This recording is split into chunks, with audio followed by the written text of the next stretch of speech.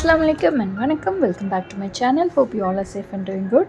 இன்றைக்கி 2 dinner recipe தான் பார்க்க போகிறோம். ஸோ வாங்க வீடியோக்குள்ளே போகலாம். பட் அதுக்கு முன்னாடி நீங்கள் இந்த சேனலை தான் ஃபஸ்ட் டைம் பார்க்குறீங்கன்னா ப்ளீஸ் சப்ஸ்கிரைப் பண்ணுங்கள் அண்ட் பக்கத்தில் இருக்க பெல் ஐக்கானையும் கிளிக் பண்ணிவிட்டு ஆல்ங்கிற ஆப்ஷனையும் மறக்காமல் கிளிக் பண்ணுங்கள். அப்போ தான் நான் போடுற வீடியோஸ் எல்லாமே உங்களுக்கு நோட்டிஃபிகேஷனில் வரும். ஒரு 1 டே ட்ரிப்புக்கு ஊருக்கு போயிட்டு வர மாதிரி இருந்துச்சு. ஸோ எங்கள் அம்மா வந்து இந்த ஸ்நாக்ஸ்லாம் கொடுத்துட்ருந்தாங்க. அதெல்லாம் தான் எடுத்து வச்சிட்ருக்கேன். இதெல்லாம் முடிச்சுட்டு அடுத்த ஒரு முக்கியமான வேலை என்ன இருந்ததுன்னு பார்த்தீங்கன்னா ஃப்ரிட்ஜில் மிச்சம் மீதி என்ன இருக்கோ அதெல்லாத்தையும் நான் அன்றைக்கே ஃபினிஷ் பண்ண வேண்டியது இருந்தது. கொஞ்சம் கனவா கொஞ்சம் பரோட்டா இருந்தது. ஸோ அதை வச்சு ஒரு டின்னர் காம்போ பண்ணலாம் அப்படின்னு சொல்லிட்டு டிசைட் பண்ணியிருந்தேன். மீன்வேல் இங்கே பார்த்தீங்கன்னா 2 பசங்களும் இந்த ட்ரை கிளே இருக்கும் இல்லையா, ஸோ அதை வச்சு இந்த மாதிரி ஃப்ரிட்ஜ் மேக்னெட்ஸ் பண்ண போகிறேன்னு சொல்லிட்டு பண்ணிட்டு இருந்தாங்க. இப்போ ரம்ஜான் நாளில் ஸ்கூல் லீவுக்கு எங்கேயும் வெளியிலையும் கூட்டிகிட்டு போக முடியல. ஸோ வீட்டில் என்னென்ன ஆக்டிவிட்டி பண்ண முடியுமோ அதெல்லாம் பண்ணிகிட்ருக்காங்க. ஸோ இங்கே வந்துட்டு நிறைய ஃப்ரிட்ஜ் மேக்னெட்ஸ்லாம் பண்ணிகிட்ருக்காங்க. இப்போ நம்ம ஃபர்ஸ்ட் டின்னர் ரெசிபி எப்படி பண்ணலான்னு பார்க்கலாம். கனவா ரோஸ்ட் பண்ணுறதுக்கு இந்த தோசைக்கல்லில் கொஞ்சமாக எண்ணெய் ஊற்றிட்டு ஒரு வெங்காயம் ஆட் பண்ணியிருக்கேன். இது வந்து தவா ரோஸ்ட்னால ரொம்ப வதங்கணுன்ட்டு அவசியம் இல்லை. நம்ம ஃப்ளேம் வந்து ஹையில் வச்சுக்கலாம். ஹையில் வச்சுட்டு நம்ம வதக்கிட்டே இருங்க. வெங்காயம் லைட்டாக வதக்கினதுக்கப்புறமா கொஞ்சம் ஹோம்மேட் கரம் மசாலா ஆட் பண்ணியிருப்பேன். அப்புறம் கொஞ்சம் சால்ட் கருவேப்பிலை ஆட் பண்ணிவிட்டு லைட்டாக வதக்கி விட்டுடலாம். வெங்காயம் வந்து லைட்டாக டிரான்ஸ்லூசன்ட் ஆனால் போதும், ரொம்ப வதங்கணும்னு அவசியம் இல்லை. கொஞ்சமாக ஜிஞ்சர் கார்லிக் பேஸ்ட் அப்புறம் ஒரு தக்காளி இதெல்லாம் ஆட் பண்ணிவிட்டு நல்லா வதக்கி விட்டுடலாம். இப்போ நம்ம மசாலாலாம் ஆட் பண்ணிடலாம். தனியாத்தூள், அப்புறம் jeera powder, chilli powder, turmeric powder, fennel powder, நார்மலாக சிக்கன் மட்டனுக்குலாம் ஆட் பண்ணுவோம் இல்லையா, ஸோ அந்த மசாலா தான் ஆட் பண்ணுறேங்க.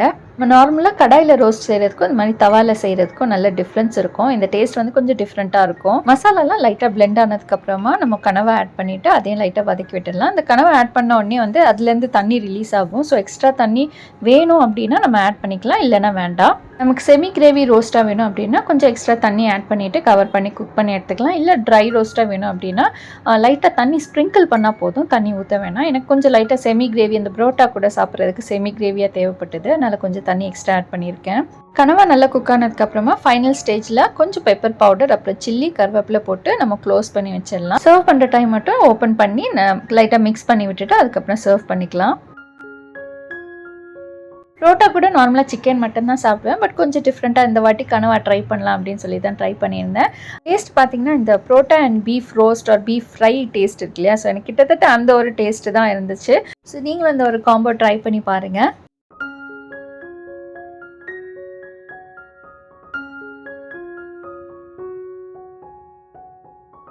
நெக்ஸ்ட் சிக்கன் வச்சு ஒரு டிஷ் பண்ணலாம். பசங்க வந்து ரொம்ப நாளாக ஃப்ரை சிக்கன் வேணும்னு சொல்லிட்டு கேட்டுகிட்டே இருந்தாங்க. எனக்கு வந்துட்டு அதில் கொஞ்சம் கிரேவியும் தேவைப்பட்டது. ஸோ ஒரு காம்போ மாதிரி பண்ணலாம், ஃப்ரை அண்ட் கிரேவி மாதிரி பண்ணலாம் அப்படின்னு சொல்லிட்டு இங்கே பண்ணிகிட்ருக்கேன். இந்த சிக்கன் பண்ணுறதுக்கு கொஞ்சம் தயிர் எடுத்திருக்கேன், அப்புறம் தந்தூரி மசாலா இல்லைனா டிக்கா மசாலா இருந்துச்சுன்னா அது கூட எடுத்துக்கலாம். கொஞ்சம் சில்லி பவுடர், காரத்துக்கு சால்ட், ஜிஞ்சர் கார்லிக் பேஸ்ட், இந்த இன்க்ரீடியன்ட்ஸ் மட்டும் போதும். அதுக்கு இதை நல்லா மிக்ஸ் பண்ணிவிட்டு இங்கே ஒரு ஹாஃப் சிக்கன் எடுத்திருக்கேன். இந்த போர்ஷன் வந்து கொஞ்சம் திக்காக இருக்கிறனால எதர் நம்ம ஸ்லிட் பண்ணிக்கலாம், இல்லைனா இந்த மாதிரி ஃபோக்கை வச்சு நம்ம ஹோல்ஸ் போட்டுக்கலாம். இதான் மசாலா எல்லாம் உள்ளே நல்லா இறங்கும்.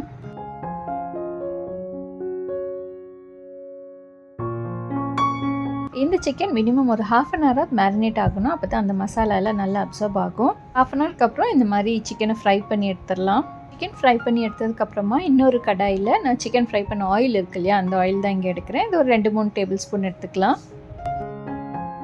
ஆயில் ஹீட் ஆனதுக்கப்புறமா ஆனியன் டொமேட்டோ தொக்கு ஆட் பண்ணுறேன். இந்த தொக்கு வந்து ஆல்ரெடி நான் இந்த ரம்தான் ப்ரிப்ரேஷன் வீடியோவில் போட்டிருப்பேன். நார்மலாக கிரேவிக்கு வெங்காயம் தக்காளி வதக்குவோம் இல்லையா, ஸோ அதை தான் நான் ஆல்ரெடி ப்ரிப்பேர் பண்ணி வச்சுருந்தேன். ஒரு ½ teaspoon garam masala, homemade garam masala add பண்ணுறேன். ஜிஞ்சர் கார்லிக் பேஸ்ட் ஒரு 2 டீஸ்பூன் ஆட் பண்ணுறேன்.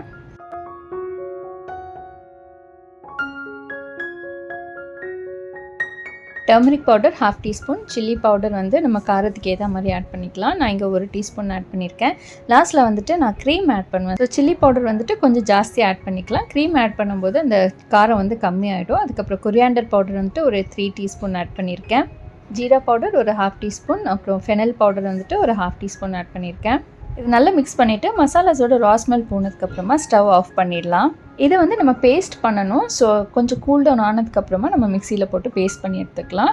மீனுவல் எங்கள் பசங்களுக்கு வந்துட்டு நான் சப்பாத்தி மாவு ரெடி பண்ணிகிட்ருக்கேன். சப்பாத்தி மாவு பண்ணுறதுக்கு ஒரு 1 கப் வந்து சப்பாத்தி மாவு எடுத்துகிட்டு அது கூட ஒரு 2 டேபிள் ஸ்பூன் சத்து மாவு ஆட் பண்ணுவேன். அப்புறம் கொஞ்சம் சால்ட், அப்புறம் கொஞ்சம் இந்த டேங்கினஸ் வேணும்னு சொல்லிட்டு கொஞ்சம் தயிர் ஆட் பண்ணுறேங்க.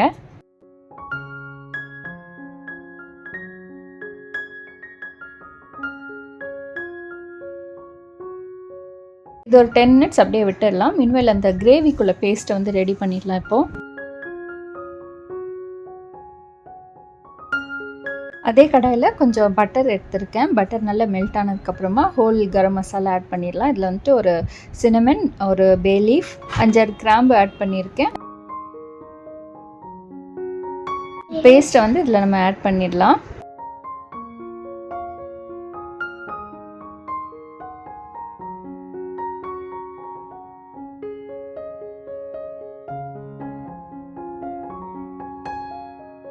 கொஞ்சம் கசூரி மேத்தியும் இது கூட ஆட் பண்ணிக்கிறேன்.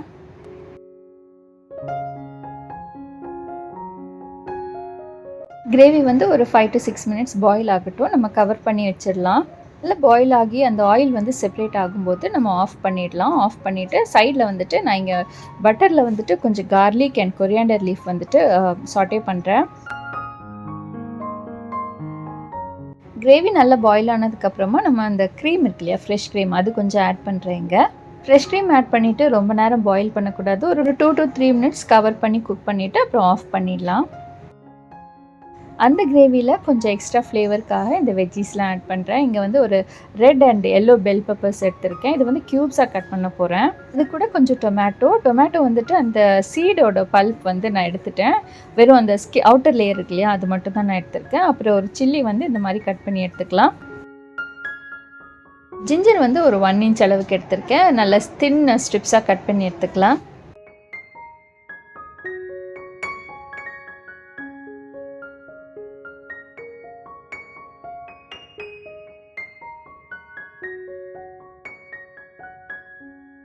இப்போ இந்த வெஜ்ஜீஸ்லாம் லைட்டாக ஆயிலில் போட்டு சாட்டே பண்ணி எடுக்க போகிறோம். ஸோ அதுக்கு வந்துட்டு ஆல்ரெடி நான் சிக்கன் ஃப்ரை பண்ண ஆயில் தான் இங்கேயும் எடுத்திருக்கேன். அது கூட கொஞ்சம் ஜீரகம், ஒரு 1 டீஸ்பூன் அளவுக்கு ஜீரகம் எடுத்திருக்கேன். அது கூட இந்த கட் பண்ணி வச்சுருந்த வெஜ்ஜீஸ் எல்லாமே நம்ம ஆட் பண்ணிடலாம். ஒரு 1 மினிட் சாட்டே பண்ணால் போதும். ரொம்ப மேஷ் ஆக வேண்டாம். கொஞ்சம் க்ரன்ச்சியாக இருந்துச்சுன்னா நல்லாயிருக்கும். இப்போ இந்த சாட்டே பண்ண வெஜ்ஜீஸ்லாம் நம்ம கிரேவியில் ஆட் பண்ணிட்டு ஒரு 1 மினிட் அகெயின் நம்ம சிம்மில் வச்சுட்டு நம்ம பாயில் பண்ண விட்டுடலாம். இந்த வெஜ்ஜீஸை வந்து ரொம்ப பாயில் பண்ண வேண்டாம். நமக்கு அந்த க்ரன்ச்சினஸ் வந்துட்டு அப்படியே தான் இருக்கணும். அப்போ தான் நல்லாயிருக்கும். ஸோ கிரேவி ரெடி ஆனதுக்கப்புறமா சப்பாத்தி ரோல் பண்ண ஆரம்பிச்சிட்டேன்.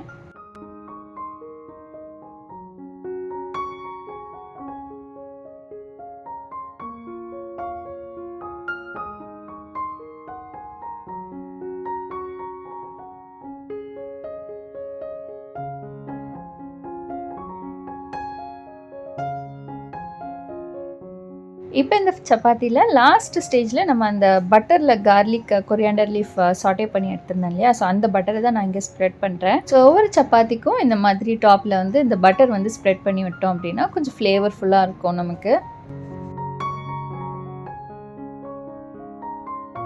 இந்த டிஷ்ஷில் நம்ம ஃப்ரை பண்ணி வச்சுருந்த சிக்கனை நம்ம கிரேவியில் ஆட் பண்ணிக்கலாம். அப்படி இல்லை அப்படின்னா இந்த மாதிரி செப்பரேட்டாக கூட வச்சுக்கலாம். என் பசங்க வந்துட்டு தனியாக ஃப்ரை சிக்கன் கேட்டதுனால தான் நான் இந்த மாதிரி செப்பரேட்டாக எடுத்து வச்சுருக்கேன். இல்லைனா நான் கிரேவிலே ஆட் பண்ணியிருப்பேன்.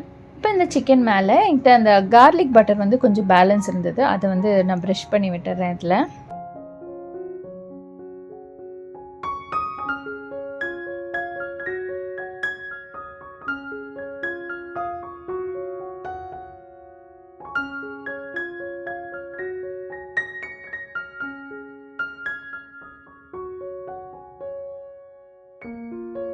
ஸோ ஹோப் இந்த வீடியோ உங்களுக்கு பிடிச்சிருக்குன்னு நினைக்கிறேன். பிடிச்சிருந்தா ஒரு லைக் கொடுங்க. உங்கள் ஃப்ரெண்ட்ஸ் அண்ட் ஃபேமிலிஸ்க்கு ஷேர் பண்ணுங்கள். அண்ட் நீங்கள் இந்த சேனல் இன்னும் சப்ஸ்கிரைப் பண்ணலைன்னா ப்ளீஸ் சப்ஸ்கிரைப் பண்ணுங்கள். அண்ட் தேங்க்ஸ் ஃபார் வாட்சிங்.